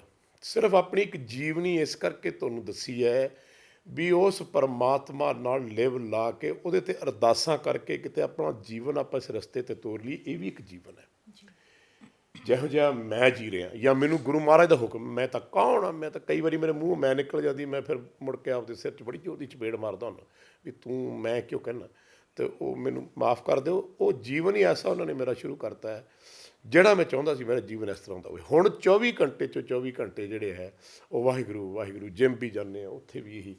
ਸੋ ਮੈਂ ਦੱਸ ਨਹੀਂ ਸਕਦਾ, ਐਸੀ ਕਿਰਪਾ ਗੁਰੂ ਮਹਾਰਾਜ ਨੇ ਕੀਤੀ ਹੈ। ਇਹੀ ਮੈਂ ਰੋਜ਼ ਅਰਦਾਸ ਕਰਦਾ, ਮਹਾਰਾਜ ਜਦ ਮੈਂ ਜਾਵਾਂ ਮੈਨੂੰ ਲੈਣ ਆਇਓ ਤੁਸੀਂ। ਬਾਬਾ ਦੀਪ ਸਿੰਘ ਜੀ ਮਹਾਰਾਜ, ਮੇਰੀ ਆਤਮਾ ਤੁਹਾਡੇ ਚਰਨਾਂ 'ਚ ਰਵੇ, ਮੈਂ ਜੀਵਨ ਮਰਨ ਤੋਂ ਮੁਕਤ ਹੋ ਜਾਂ, ਅਤੇ ਮੈਂ ਸਿੰਘਾਂ ਸ਼ਹੀਦਾਂ ਦੀ ਸੇਵਾ ਕਰਾਂ, ਬਾਬਾ ਜੀ ਤੁਹਾਡੀ ਸੇਵਾ ਕਰਾਂ, ਗੁਰੂ ਘਰ ਦੀ ਸੇਵਾ ਕਰਾਂ, ਨਿਰੰਕਾਰ ਦੀ ਸੇਵਾ ਕਰਾਂ, ਤੁਹਾਡੀ ਬਣਾਈ ਹੋਈ ਕਾਇਨਾਤ ਦੀ ਸੇਵਾ ਕਰਾਂ, ਤੁਹਾਡੀ ਸਾਧ ਸੰਗਤ ਦੀ ਸੇਵਾ ਕਰਾਂ। ਆਹੋ ਜਿਹਾ ਮੈਨੂੰ ਆਪਦਾ ਕੁੱਕਰ ਬਣਾ ਲਓ। ਬਸ ਇਹੀ ਮੇਰੀ ਅਰਦਾਸ ਹੈ। ਮੈਂ ਇਸ ਤੋਂ ਬਾਅਦ ਕਿ ਹੁਣ ਕੀ ਬੋਲਾਂ ਅਤੇ ਕੀ ਨਾ ਬੋਲਾਂ। ਮੈਂ ਜੋ ਕੁਛ ਸੀਗਾ ਤੁਹਾਨੂੰ ਦੱਸਤਾ, ਔਰ ਜੋ ਕੁਝ ਦੱਸਿਆ ਦਿਲੋਂ ਦੱਸਿਆ, ਕਿਉਂਕਿ ਅੱਖ 'ਚੋਂ ਵਹਿੰਦੇ ਹੰਝੂ ਦੱਸ ਦਿੰਦੇ ਨੇ ਕਿ ਇਹ ਦਿਲ ਦੀ ਆਵਾਜ਼ ਹੈ ਜਿਹੜੀ ਸੰਪੂਰਨ ਤਰੀਕੇ 'ਤੇ ਪੂਰੀ ਹੋਈ ਹੈ। ਇਹਨੂੰ ਮਹਾਰਾਜ ਮਰਦੇ ਦਮ ਤੱਕ ਬਣਾਈ ਰੱਖੇ। ਮੈਂ ਇਹ ਵੀ ਸੁਣਿਆ ਕਿ ਇੱਕ ਬੰਦਾ ਜਪਣ ਲੱਗ ਜਾਏ, ਉਹਦੇ 'ਤੇ ਗੁਰੂ ਦੀ ਕਿਰਪਾ ਹੋ ਜਾਏ, ਤਾਂ ਕਹਿੰਦੇ 21 ਕੁੱਲਾਂ ਤਰ ਜਾਂਦੀਆਂ। ਅਤੇ ਮੈਂ ਤਾਂ ਇਹ ਕਹਿੰਦਾ ਨਾ, ਮਹਾਰਾਜ ਤੁਹਾਡਾ ਦਿੱਤਾ ਪਰਿਵਾਰ, ਤੁਹਾਡੇ ਦਿੱਤੇ ਬੱਚੇ ਹੈ, ਇਹਨਾਂ ਨੂੰ ਵੀ ਬਾਣੀ ਪੜ੍ਹਾਓ, ਇਹਨਾਂ ਨੂੰ ਵੀ ਆਪਣੇ ਚਰਨਾਂ 'ਚ ਲਾਓ, ਇਹਨਾਂ ਨੂੰ ਵੀ ਵਾਹਿਗੁਰੂ ਵਾਹਿਗੁਰੂ ਜਪਾਓ। ਸਾਰਿਆਂ ਦੇ ਮੈਂ ਕਿਹਾ ਆਪਣੇ ਧੀਆਂ ਪੁੱਤਰ ਬਣਾ ਲਓ, ਤੁਹਾਡੇ ਨੇ। ਸੋ ਆਈ ਥਿੰਕ ਅੱਜ ਮੈਨੂੰ ਲੱਗਦਾ ਕਿ ਹੁਣ ਮੇਰਾ ਨਵਾਂ ਜਨਮ ਹੋਇਆ, ਮੈਂ ਹੁਣ ਜੰਮਿਆ ਹੁਣ ਸੰਪੂਰਨ ਤਰੀਕੇ 'ਤੇ। ਲੇਕਿਨ ਇਹ ਕੰਮ ਮੈਨੂੰ ਨਾ, ਜਦ ਮੈਂ ਹੋਸ਼ ਸੰਭਾਲੀ ਸੀ, ਜਵਾਨੀ ਦੇ ਵਿੱਚ ਆਉਣ ਤੋਂ ਪਹਿਲਾਂ ਪਹਿਲਾਂ ਕੰਮ ਸ਼ੁਰੂ ਕਰ ਲੈਣਾ ਚਾਹੀਦਾ ਸੀ। ਉਹਦਾ ਮੈਨੂੰ ਦੁੱਖ ਹੈ। ਮੈਨੂੰ ਉਹ ਗੁਰੂ ਮਹਾਰਾਜ ਮਾफ़ ਕਰੇ, ਮੈਂ ਮਾफ़ੀ ਮੰਗਦਾ ਵੀ ਮੈਨੂੰ ਮਾफ़ ਕਰ ਦਿਓ। ਪਰ ਜਿੰਨਾ ਕੁ ਜੀਵਨ ਰਹਿ ਗਿਆ ਤੁਸੀਂ ਦੇਣਾ, ਉਸ ਜੀਵਨ ਦੇ ਵਿੱਚ ਬਾਪੂ ਸਾਰਾ ਕੁਝ ਮਿਟਾ ਦੇ, ਆਪਣੇ ਚਰਨੀ ਡਾਲਾ। ਬਸ ਆਹੀ ਮੇਰੀ ਬੇਨਤੀ। ਸਰ ਇੱਕ ਗੱਲ ਮੇਰੇ ਜ਼ਿਹਨ 'ਚ ਜ਼ਰੂਰ ਆਈ ਜਦੋਂ ਮੈਂ ਦਰਵਾਜ਼ਾ ਖੋਲ੍ਹ ਕੇ ਅੰਦਰ ਆਈ। ਪਹਿਲੇ ਤਾਂ ਇੱਕ ਦਿਲ ਨੂੰ ਨਾ ਇੱਕ ਸਕੂਨ ਜਿਹਾ ਮਿਲਿਆ ਅੰਦਰ ਆਉਂਦਾ ਹੀ, ਹੈ ਨਾ। ਉਸ ਤੋਂ ਬਾਅਦ ਆਪਾਂ ਕਹਿੰਦੇ ਆ ਵੀ ਇੱਕ ਉਮਰ ਹੁੰਦੀ ਹੈ ਜਦੋਂ ਪਰਿਵਾਰ ਦੀ ਜ਼ਰੂਰਤ ਹੁੰਦੀ ਹੈ ਨਾ, ਬੁਢਾਪੇ ਦੇ ਵਿੱਚ। ਇਸ ਘਰ ਦੇ ਵਿੱਚ ਕੋਈ ਵੀ ਨਹੀਂ ਹੈ, ਤੁਸੀਂ ਇਕੱਲੇ ਹੋ, ਪਰ ਤੁਹਾਨੂੰ ਜੋ ਪ੍ਰੋਟੈਕਟ ਕਰ ਰਹੀ ਹੈ, ਜੋ ਤੁਹਾਨੂੰ ਪਰਿਵਾਰ ਦਾ ਅਹਿਸਾਸ ਕਰਾ ਰਹੀ ਹੈ, ਜੋ ਤੁਹਾਨੂੰ ਇੱਕ ਪਾਵਰ ਦੇ ਰਹੀ ਹੈ, ਉਹ ਹੈ ਤੁਹਾਡੇ ਘਰ ਦੇ ਵਿੱਚ 24 ਘੰਟੇ ਚੱਲਣ ਵਾਲਾ ਪਾਠ ਜੋ ਇਸ ਟਾਈਮ ਵੀ ਚੱਲਦਾ ਪਿਆ ਹੈ। ਤੁਸੀਂ ਕਹਿੰਦੇ ਹੋ ਵੀ ਤੁਸੀਂ ਘਰ ਨਹੀਂ ਹੁੰਦੇ, ਇਹ ਪਾਠ ਉਦੋਂ ਵੀ ਚੱਲਦਾ ਹੈ। ਤੁਸੀਂ ਘਰ ਹੁੰਦੇ ਹੋ, ਇਹ ਪਾਠ ਉਦੋਂ ਵੀ ਚੱਲਦਾ ਹੈ। ਸੋ ਇਹ ਪਾਠ ਜਿਹੜਾ ਹੈ, ਇਹ ਜ਼ਿੰਦਗੀ ਦੇ ਵਿੱਚ ਕਿਹੜੇ ਵਕਤ ਇੰਨੀ ਜਗ੍ਹਾ ਬਣਾ ਗਿਆ ਕਿ ਟੁੱਟਿਆ ਹੋਇਆ ਇੱਕ ਇਨਸਾਨ ਵੀ, ਲੋਕੀ ਕਹਿੰਦੇ ਆ ਵੀ ਵੱਡਾ ਅਦਾਕਾਰ ਹੈ। ਕੋਈ ਇੱਕ ਗੱਲਾਂ ਤੁਸੀਂ ਵੀ ਸੁਣੀਆਂ ਹੋਣਗੀਆਂ ਵੀ ਇਹਨੇ ਆਪਣੇ ਸੁਭਾਅ, ਅੜਬ ਸੁਭਾਅ ਕਰਕੇ ਸਾਰਾ ਕੁਝ ਖੋਲਿਆ, ਇਹਦੇ ਸੁਭਾਅ ਕਰਕੇ ਇਹਦੀ ਜ਼ਿੰਦਗੀ ਦਾ ਆਹ ਨੁਕਸਾਨ ਹੋ ਗਿਆ। ਪਰ ਸਰ ਇਕੱਲਾਪਣ ਅਤੇ ਟੁੱਟਿਆ ਹੋਇਆ ਤਾਂ ਤੁਸੀਂ ਵੀ ਹਰ ਪਲ ਆਪਣੇ ਆਪ ਨੂੰ ਅੱਜ ਤੱਕ ਮਹਿਸੂਸ ਕਰ ਰਹੇ ਹੋ ਨਾ। ਮੈਂ ਜਿੱਦਣ ਬਾਬਾ ਜੀ ਕੋਲ ਇਕੱਲਾ ਗਿਆ ਸੀ ਨਾ, ਅਤੇ ਮੈਨੂੰ ਬਾਬਾ ਜੀ ਕਹਿੰਦੇ ਗੱਡੀ 'ਚ ਬੈਠੋ ਆਪਾਂ ਚੱਲੀਏ। 1-2 ਮਹੀਨੇ ਦੀ ਗੱਲ, 1.5 ਮਹੀਨੇ ਦੀ। ਗੁਰ ਜੀ ਸਾਡੇ ਜਿਹੜੇ ਕੀਰਤਨੀ ਹੈ, ਉਹ ਬਿਮਾਰ ਸੀਗੇ ਅੰਮ੍ਰਿਤਸਰ, ਉਹਨਾਂ ਨੂੰ ਮਿਲਣ ਜਾਣਾ ਸੀ। ਮੈਨੂੰ ਨਹੀਂ ਸੀ ਪਤਾ ਉਹਨਾਂ ਦੇ ਘਰੇ ਚੱਲੇ। ਬਾਬਾ ਜੀ ਨੇ ਮੈਨੂੰ ਬਿਠਾ ਲਿਆ, ਕਹਿੰਦੇ ਆਪਾਂ ਜਾਣਾ ਹੈ। ਮੈਂ ਕਿਹਾ ਚੰਗਾ ਚਲੋ। ਅਸੀਂ ਉਹਨਾਂ ਕੋਲ ਚਲੇ ਗਏ ਅਤੇ ਉਹਨਾਂ ਕੋਲ ਉੱਥੇ ਬੈਠ ਗਏ ਅਤੇ ਕੀਰਤ ਪੈਰੀ ਹੱਥ ਲਾਏ, ਬੈਠੇ। ਬਹੁਤ ਢਿੱਲੇ ਸੀ ਵਿਚਾਰੇ, ਬਹੁਤ ਨਾਮੀ ਕੀਰਤਨੀ ਹੈ, ਬੜਾ ਉਹਨਾਂ ਨੇ ਪ੍ਰਚਾਰ ਆਪਣੀ ਕੌਮ ਦਾ, ਸਿੱਖੀ ਦਾ ਕੀਤਾ। ਬਹੁਤ ਉਹਨਾਂ ਨੂੰ ਸੂਝ ਹੈ ਗ੍ਰੰਥ ਸਾਹਿਬ ਦੀ, ਗੁਰੂ ਮਹਾਰਾਜ ਦੀਆਂ ਸਾਰੀਆਂ ਗੱਲਾਂ ਕਰਦੇ। ਪਰ ਇਹ ਬਿਮਾਰ ਬੈਠੇ ਅਤੇ ਮੈਂ ਉਹਨਾਂ ਵੱਲ ਦੇਖੀ ਜਾਂਦਾ ਸੀ, ਅਤੇ ਬਾਬਾ ਜੀ ਨੂੰ ਇੰਨੇ ਸਤਿਕਾਰ ਨਾਲ ਬਿਠਾਇਆ, ਮੈਂ ਤੁਹਾਨੂੰ ਕੀ ਦੱਸਾਂ। ਸਾਰਾ ਪਰਿਵਾਰ ਬਾਬਾ ਜੀ ਨੂੰ ਐਂ ਬਿਠਾਇਆ ਮੰਜੇ 'ਤੇ, ਓਹੋ, ਜਿਹਦਾ ਮੈਂ ਤੁਹਾਨੂੰ ਬਿਆਨ ਨਹੀਂ ਕਰ ਸਕਦਾ। ਅਤੇ ਬਾਬਾ ਜੀ ਚੌਂਕੜਾ ਮਾਰ ਕੇ ਬੈਠੇ ਨਾ, ਅਤੇ ਮੈਂ ਨਾਲ ਇੱਥੇ ਬੈਠਾ ਸੀ। ਮੈਨੂੰ ਕਹਿੰਦੇ ਬੈਠੋ। ਮੈਂ ਬੈਠ ਕੇ ਐਂ ਜਦ ਨਿਗਾਹ ਚੱਕ ਕੇ ਬਾਬਾ ਜੀ ਵੱਲ ਦੇਖੇ, ਤੁਸੀਂ ਯਕੀਨ ਕਰਨਾ, ਐਂ ਲੱਗਿਆ ਬਾਬਾ ਦੀਪ ਸਿੰਘ ਜੀ ਬੈਠੇ ਹੈ। ਉੱਥੇ ਮੈਂ ਰਹਿ ਗਿਆ। ਕੁਦਰਤੀ ਉਹਨਾਂ ਨੇ ਇੱਕ ਸਵਾਲ ਪੁੱਛਿਆ। ਗੁਰੂ ਇਕਬਾਲ ਜੀ ਕਹਿਣ ਲੱਗੇ, ਕਹਿੰਦੇ ਬਾਬਾ ਜੀ ਯੋਗਰਾਜ ਜੀ ਬੜਾ ਇਹਨਾਂ ਦਾ ਬੜਾ ਯੋਗਦਾਨ ਹੈ ਕੌਮ ਨੂੰ ਸਾਰਾ। ਹੋਰਾਂ ਨੇ ਗੱਲਾਂ ਕੀਤੀਆਂ, ਪਰਿਵਾਰ ਨੇ ਗੱਲਾਂ ਕੀਤੀਆਂ, ਅਤੇ ਬਾਬਾ ਜੀ ਸੁਣਦੇ ਰਹੇ ਉਹਨਾਂ ਦੀਆਂ ਗੱਲਾਂ ਵੀ ਮੇਰੇ ਪੁੱਤ ਬਾਰੇ ਕੁਛ ਕਿਹਾ ਜਾ ਰਿਹਾ। ਬੇਟਾ ਜੀ ਮੈਂ ਤੁਹਾਨੂੰ ਕੀ ਦੱਸਾਂ, ਬਾਬਾ ਜੀ ਨੇ ਬਾਣੀ ਸ਼ੁਰੂ ਕੀਤੀ ਵੀ ਇਹ ਉਹ ਪੁੱਤ ਹੈ ਜਿਹਨੇ ਕਦੇ ਆਪਣੇ ਪਿਓ ਦਾ ਨਾਂ ਨਹੀਂ ਲਿਆ। ਇਹ ਉਹ ਪੁੱਤ ਹੈ ਜਿਹੜਾ ਹੈ, ਇਹ ਉਹ ਪੁੱਤ ਹੈ, ਇਹ ਬਾਬਾ ਜੀ ਦਾ ਉਹ ਹੈ, ਇਹ ਜਰਨੈਲ ਹੈ, ਇਹ ਪਿਆਰਾ ਹੈ, ਸੱਜਣ ਹੈ, ਦੁਲਾਰਾ ਹੈ। ਉਹ ਕਹਿ ਰਹੇ ਸੀ ਤੇ 15 ਮਿੰਟ ਉਹਨਾਂ ਨੇ ਮੇਰੇ ਬਾਰੇ ਬੋਲਦੇ ਰਹੇ ਤੇ ਮੇਰਾ ਤਾਂ ਮੈਂ ਬਾਥਰੂਮ ਉੱਠ ਕੇ ਜਾਣ ਲੱਗਿਆ ਸੀ ਤੇ ਮੈਨੂੰ ਹਿੰਮਤ ਹੀ ਨਾ ਹੋਈ। ਮੇਰੇ ਗੱਲਾਂ ਸੁਣ ਕੇ ਮੈਂ ਮੂੰਹ 'ਤੇ ਹੱਥ ਰੱਖ ਲਿਆ ਵੀ ਇੰਨੀ ਵਡਿਆਈ ਗੁਰੂ ਦੇ ਘਰ ਦੇ ਵਿੱਚ ਬਾਬਾ ਜੀ ਦੇ ਮੂੰਹੋਂ, ਵੀ ਤੂੰ ਇੰਨੇ ਜੋਗਾ ਤਾਂ ਹੈ ਹੀ ਨਹੀਂ ਸੀ। ਮੇਰੇ ਉਹ ਖਿਆਲ ਉਦਣ ਆਇਆ ਕਿ ਉਹ ਮਨਾ ਪਰਿਵਾਰ ਵੀ ਤੂੰ ਬਣਾ ਲਏ, ਬੱਚੇ ਵੀ ਪੈਦਾ ਕਰ ਲਏ, ਬੜੀ ਤੂੰ ਸਾਰਾ ਕੁਝ ਕਰ ਲਿਆ, ਪਰ ਇੱਕ ਚੀਜ਼ ਦੀ ਤਾਂਘ ਜ਼ਰੂਰ ਰਹੀ ਕਿ ਹਮੇਸ਼ਾ ਬਾਬਾ ਜੀ ਨੇ ਧਿਆਨ ਤੇਰਾ ਗੁਰੂ ਵੱਲ ਰੱਖਿਆ। ਕੁਛ ਵੀ ਹੁੰਦਾ ਰਿਹਾ, ਕੁਛ ਵੀ ਹੋਇਆ, ਬਰਬਾਦ ਹੋਏ, ਟੁੱਟੇ ਗਿਰੇ, ਪਰਿਵਾਰ ਛੱਡ ਕੇ ਚਲਾ ਗਿਆ, ਬੱਚੇ ਛੱਡ ਕੇ ਚਲੇ ਗਏ, ਪਰਿਵਾਰ ਬਣ ਗਏ, ਬੱਚੇ ਆ ਗਏ, ਦੌਲਤਾਂ ਚਲੀ ਗਈਆਂ, ਜ਼ਮੀਨਾਂ ਚਲੀ ਗਈਆਂ, ਜਾਇਦਾਦਾਂ ਚਲੀ ਗਈਆਂ, ਗਰੀਬੀ ਕੱਟ ਲਈ, ਸਭ ਕੁਛ ਤਹਿਸ ਨਹਿਸ ਹੋ ਗਿਆ, ਸਭ ਕੁਛ।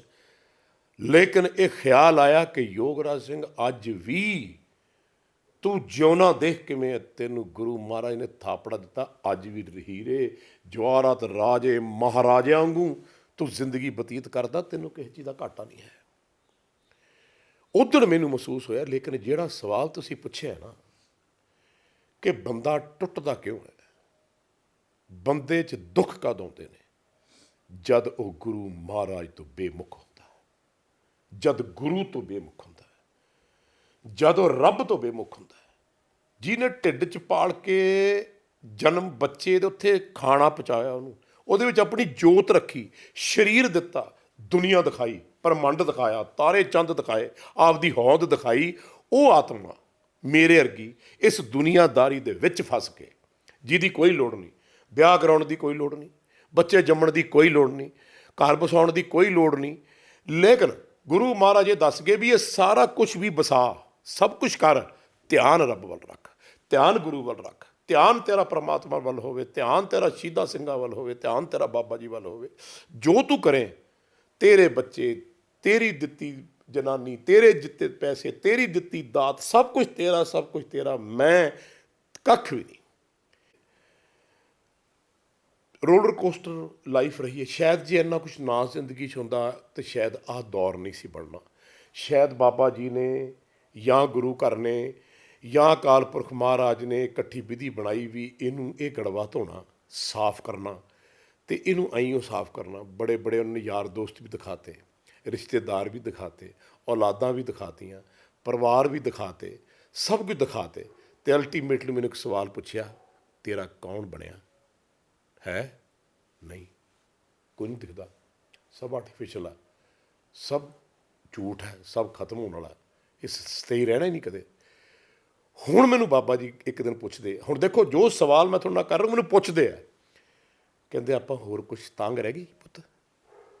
ਬਾਬਾ ਜੀ ਕੁਛ ਨਹੀਂ ਰਹਿ ਗਿਆ।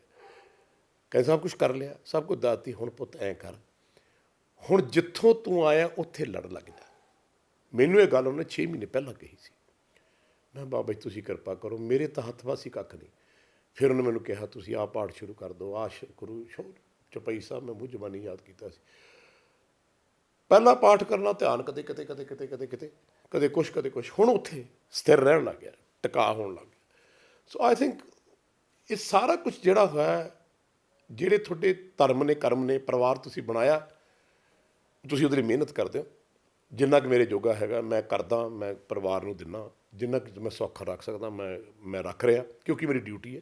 ਜੇ ਮੈਂ ਉਹਨਾਂ ਤੋਂ ਬੇਮੁਖ ਹੋਊਂਗਾ, ਬੱਚਿਆਂ ਦਾ ਖਿਆਲ ਨਹੀਂ ਕਰੂੰਗਾ, 2 ਬੱਚੇ ਰਹਿ ਕੇ ਸੈਟਲ ਹੋਣ ਨੂੰ, ਜੇ ਨਹੀਂ ਕਰੂੰਗਾ, ਉਹ ਕਰਨੇ ਗੁਰੂ ਨੇ ਆਪ ਹੀ ਹੈ, ਪਰ ਜੇ ਨਹੀਂ ਕਰੂੰਗਾ, ਗੁਰੂ ਕਹੂਗਾ ਫਿਰ ਡਿਊਟੀ ਕਿਉਂ ਨਹੀਂ ਪੂਰੀ ਕਰਦਾ। ਸੋ ਤੂੰ ਡਿਊਟੀ ਵੀ ਕਰਾਉਂਦੇ ਆ। ਹੁਣ ਸਵੇਰੇ 3 ਵਜੇ ਉੱਠ ਜਾਣਾ ਹੈ, ਪਾਠ ਕਰਨਾ ਹੈ, ਖਾਣਾ ਬਣਾਉਣਾ ਹੈ, ਅਕੈਡਮੀ ਚਲੇ ਜਾਣਾ ਹੈ, ਜਿਮ ਜਾਣਾ ਹੈ। ਇਹ ਸਾਰੀਆਂ ਚੀਜ਼ਾਂ ਹੋ ਰਹੀਆਂ ਨੇ, ਪਰ ਕਿਤੇ ਨਾ ਕਿਤੇ ਤਾਂਘ ਰਹਿੰਦੀ ਹੈ ਕਿ ਮਹਾਰਾਜ ਮੇਰੀ ਲਾਜ ਤੇਰੇ ਹੱਥ ਹੈ, ਕੰਮ ਮੈਨੂੰ ਇੰਨਾ ਕੁ ਦੇ ਦੇ ਕਿ ਮੈਂ ਕਮਾ ਕੇ ਕਿਰਤ ਕਰਕੇ ਤੇਰੇ ਵੀ ਦਸੌਂਦ ਕੱਢਦਾ ਰਵਾਂ, ਪਰਿਵਾਰ ਨੂੰ ਵੀ ਦਿੰਦਾ ਰਵਾਂ ਤੇ ਮੇਰਾ ਵੀ ਗੁਜ਼ਾਰਾ ਚੱਲਦਾ ਰਹੇ। ਮੇਰੀ ਸੋਚ ਹੁਣ ਸਿਰਫ ਇੱਥੇ ਤੱਕ ਹੀ ਹੈ। ਮੈਨੂੰ ਬਹੁਤ ਬਹੁਤ ਲੋਕਾਂ ਨੇ ਬੜਾ ਕੁਛ ਆਫਰ ਕੀਤਾ, ਕਰੋੜਾਂ ਰੁਪਈਆ ਆਫਰ ਕੀਤਾ, ਕੋਠੀਆਂ ਆਫਰ ਕੀਤੀਆਂ, ਜ਼ਮੀਨਾਂ ਆਫਰ ਕੀਤੀਆਂ। ਆ ਬਥੇਰੇ ਗੰਦ ਬੰਦ 'ਚ ਮੈਂ ਰਿਹਾ, ਇੱਥੇ ਤੁਰਦਾ ਰਿਹਾ, ਕਦੇ ਆਹ ਪੋਲੀਟੀਕਲ ਸਿਸਟਮ ਦੇ ਵਿੱਚ, ਕਦੇ ਫਲਾਨਾ ਯਾਰ, ਕਦੇ ਧਮਕਾ ਯਾਰ, ਵਿਨੋਦ ਸ਼ਰਮੇ ਵਰਗੇ ਯਾਰ ਰਹੇ, ਪੋਲੀਟੀਕਲੀ ਰਿਸ਼ਤੇਦਾਰ ਰਹੇ, ਸਭ ਕੁਝ ਰਹੇ। ਸਭ ਝੂਠ, ਸਭ ਬਕਵਾਸ ਹੈ। ਇਹ ਇੱਥੇ ਪਿਆ ਟੈਚੀ 10 ਕਰੋੜ ਰੁਪਈਆ ਜਦ ਤੁਹਾਡੇ ਸਾਹਮਣੇ ਦਿਖਦਾ ਨਾ ਤੁਹਾਨੂੰ, ਤਾਂ ਤੁਸੀਂ ਕਹਿੰਦੇ ਛੱਡ ਪਰੇ, ਕੀ ਤੋਂ ਕੀ ਰਹਿਣਾ, ਇਹੋ ਜਿਹੇ ਸਾਡੇ 10 ਟੈਚੀ ਆ ਜਾਣ ਤਾਂ ਆਪਣੀ ਤਾਂ ਜ਼ਿੰਦਗੀ ਬਣ ਗਈ। ਲੇਕਿਨ ਮੈਨੂੰ ਗੁਰੂ ਮਹਾਰਾਜ ਨੇ ਉੱਥੇ ਵੀ ਹੱਥ ਦੇ ਕੇ ਰੱਖਿਆ, ਬਿਲਕੁਲ ਨਹੀਂ। ਅੱਖ ਚੱਕ ਪਾ ਕੇ ਮੇਰੇ ਤੋਂ ਗੱਲ ਕਹਾਈ ਕਿ ਮੈਂ ਰੂੜੀ ਕੁੱਟ ਕੇ ਗੁਜ਼ਾਰਾ ਕਰ ਸਕਦਾ, ਆਪਣੇ ਗੁਰੂ ਦਾ ਨਾਂ ਲੈ ਕੇ ਪਾਣੀ ਪੀ ਕੇ ਗੁਜ਼ਾਰਾ ਕਰ ਲੂੰਗਾ, ਪਰ ਮੈਂ ਹਰਾਮ ਦਾ ਪੈਸਾ ਆਪਣੇ ਹੱਥ ਤੇ ਆਪਣੇ ਘਰ 'ਚ ਨਹੀਂ ਲੈ ਕੇ ਆਉਣਾ। ਇਹ ਜਿਹੜੀ ਪਾਵਰ ਹੈ, ਇਹ ਜਿਹੜੀ ਸੋਚ ਹੈ, ਇਹ ਅਜੇ ਸੰਪੂਰਨ ਨਹੀਂ ਹੋਈ। ਇਹ ਉਦੋਂ ਸੰਪੂਰਨ ਹੋਊਗੀ ਜਿੱਦਣ ਖਿਆਲ ਆਉਣੇ ਬੰਦ ਹੋ ਜਾਣਗੇ ਵੀ ਹੁਣ ਸਭ ਕੁਝ ਬਲੌਕ ਹੋ ਗਿਆ, ਹੁਣ ਸਭ ਕੁਝ ਪਾਸੇ ਤੁਹਾਨੂੰ ਵਾਹਿਗੁਰੂ ਦਿਖਦਾ ਹੈ ਔਰ ਤੁਸੀਂ ਆਪਣਾ ਕੰਮ ਵੀ ਕਰ ਰਹੇ ਹੋ। ਕਿਹਨੇ ਕਿਹਾ ਤੁਸੀਂ ਕਮਾਈ ਨਾ ਕਰੋ, ਬਿਜ਼ਨਸ ਕਰੋ, ਕੰਮ ਕਰੋ, ਸਭ ਕਰੋ, ਕੁਰਸੀ ਤੇ ਬੈਠੋ, ਗੋ ਮਹਾਰਾਜ ਤੁਸੀਂ ਬੈਠੋ, ਬਾਬਾ ਜੀ ਬੈਠੋ ਔਰ ਤੁਸੀਂ ਆਪਣੇ ਫੈਸਲੇ ਕਰੋ, ਮੈਂ ਤਾਂ ਤੁਹਾਡਾ ਨੌਕਰ ਹਾਂ, ਤੁਹਾਡੇ ਚਰਨਾਂ 'ਚ ਬੈਠਾ।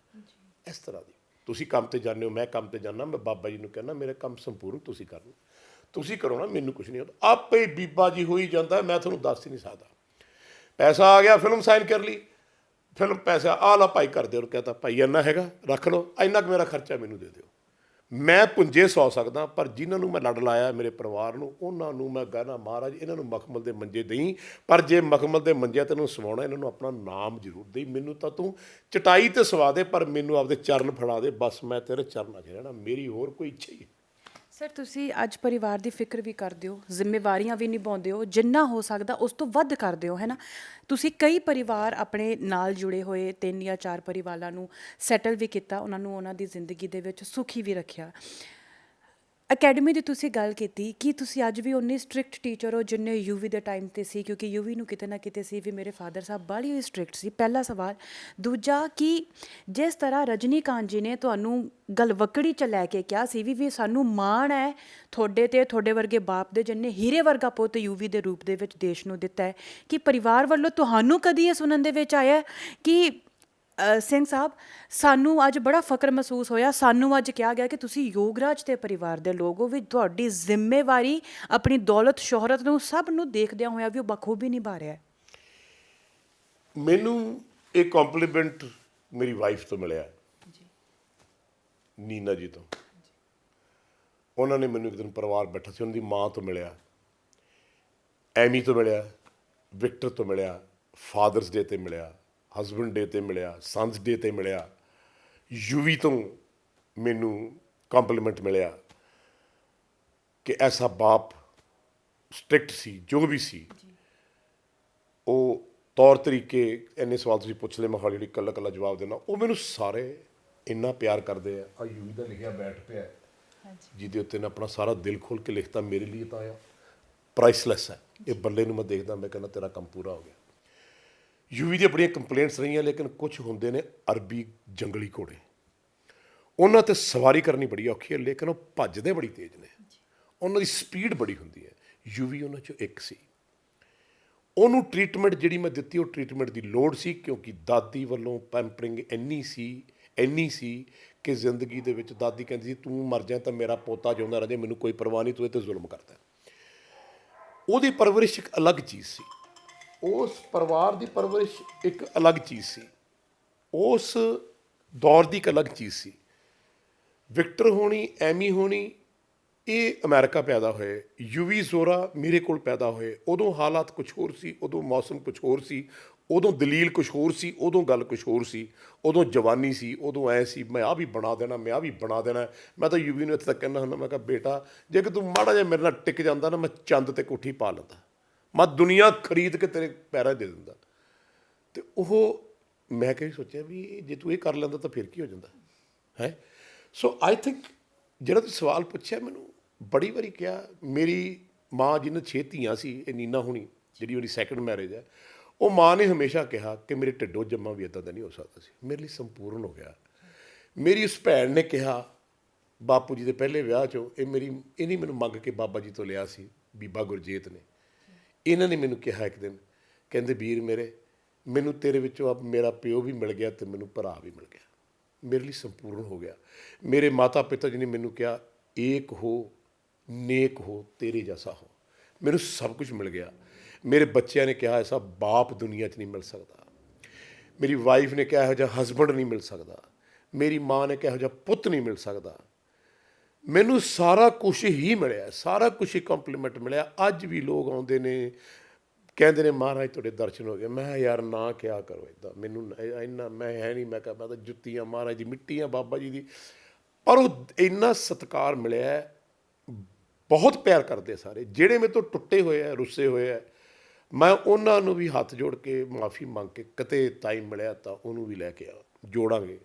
ਜੋ ਇੱਕ ਦੋ ਮੇਰੇ ਬਹੁਤ ਪਿਆਰੇ ਦਿਲ 'ਚ ਰਿਸ਼ਤੇ ਨੇ, ਕਦੇ ਐਸਾ ਮੌਕਾ ਆਇਆ ਮੈਂ ਉਹਨਾਂ ਤੋਂ ਮਾਫੀ ਵੀ ਮੰਗ ਸਕਦਾ, ਪੈਰ ਵੀ ਫੜ ਸਕਦਾ, ਪਰ ਮੈਂ ਇੱਕ ਜ਼ਰਾ ਰਹਿ ਕੇ ਜਾ ਸਕਦਾ ਕਿ ਮੇਰੇ ਵੱਲੋਂ ਜਦ ਮੈਂ ਜਾਵਾਂ ਕਿਸੇ ਨੂੰ ਠੇਸ ਨਾ ਪਹੁੰਚੇ, ਕਿਸੇ ਨੂੰ ਮੇਰੇ ਕਰਕੇ ਕੋਈ ਦੁਖੀ ਨਾ ਹੋਵੇ। ਮੈਂ ਤੇ ਮਤਲਬ ਕੋਈ ਵੀ ਆਦਮੀ, ਕੋਈ ਵੀ ਇਨਸਾਨ ਹੈ। ਮੈਂ ਤਾਂ ਯੂਵੀ ਨੂੰ ਵੀ ਕਿਹਾ ਸੀ, ਮੈਂ ਕਿਹਾ ਭਰਾਵਾ ਜੇ ਮੇਰੇ ਤੋਂ ਬਹੁਤ ਕੋਈ ਗਲਤੀ ਹੋ ਗਈ ਹੈ, ਜਾਂ ਜੇ ਮੇਰੇ ਤੋਂ ਤੇਰੇ ਨਾਲ ਵਧੀਕੀ ਹੋ ਗਈ ਜਾਂ ਪਰਿਵਾਰ ਨਾਲ ਵਧੀਕੀ ਹੋ ਗਈ, ਤਾਂ ਮੈਨੂੰ ਤੂੰ, ਮੈਂ ਸਾਨੂੰ ਜਾਨ ਪਿਓ ਸਮਝ ਕੇ ਮਾਫ ਕਰ ਦੇ।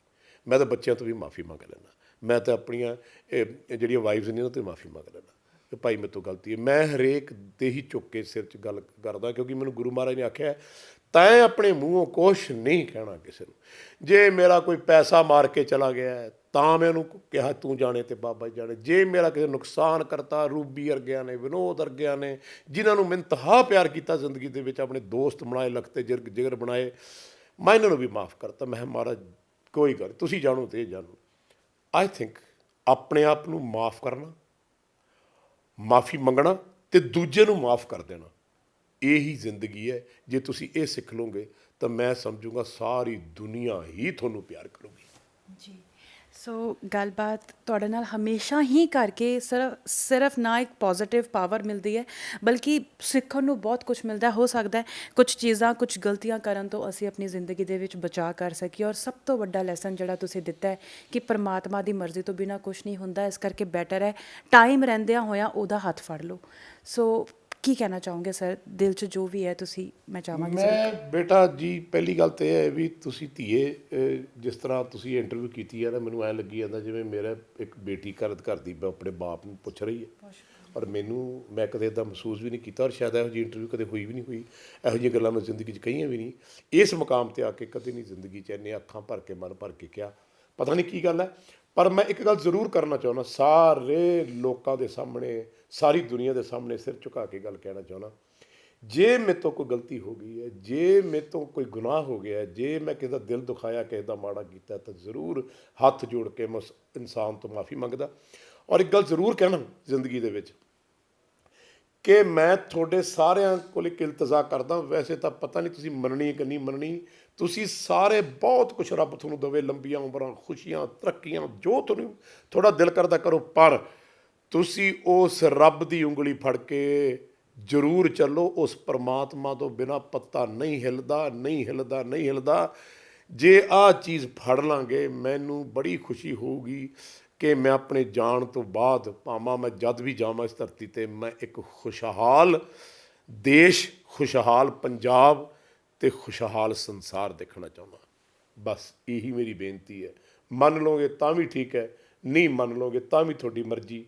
ਜੋ ਕੋਈ ਕਿਹਾ ਮੇਰੇ ਮੂੰਹ 'ਚੋਂ ਕੋਈ ਗਲਤ ਅਲਫਾਜ਼ ਕਿਸੇ ਬਾਰੇ ਨਿਕਲਿਆ ਹੋਊਗਾ ਤਾਂ ਮੈਨੂੰ ਮਾफ़ ਕਰ ਦਿਓ।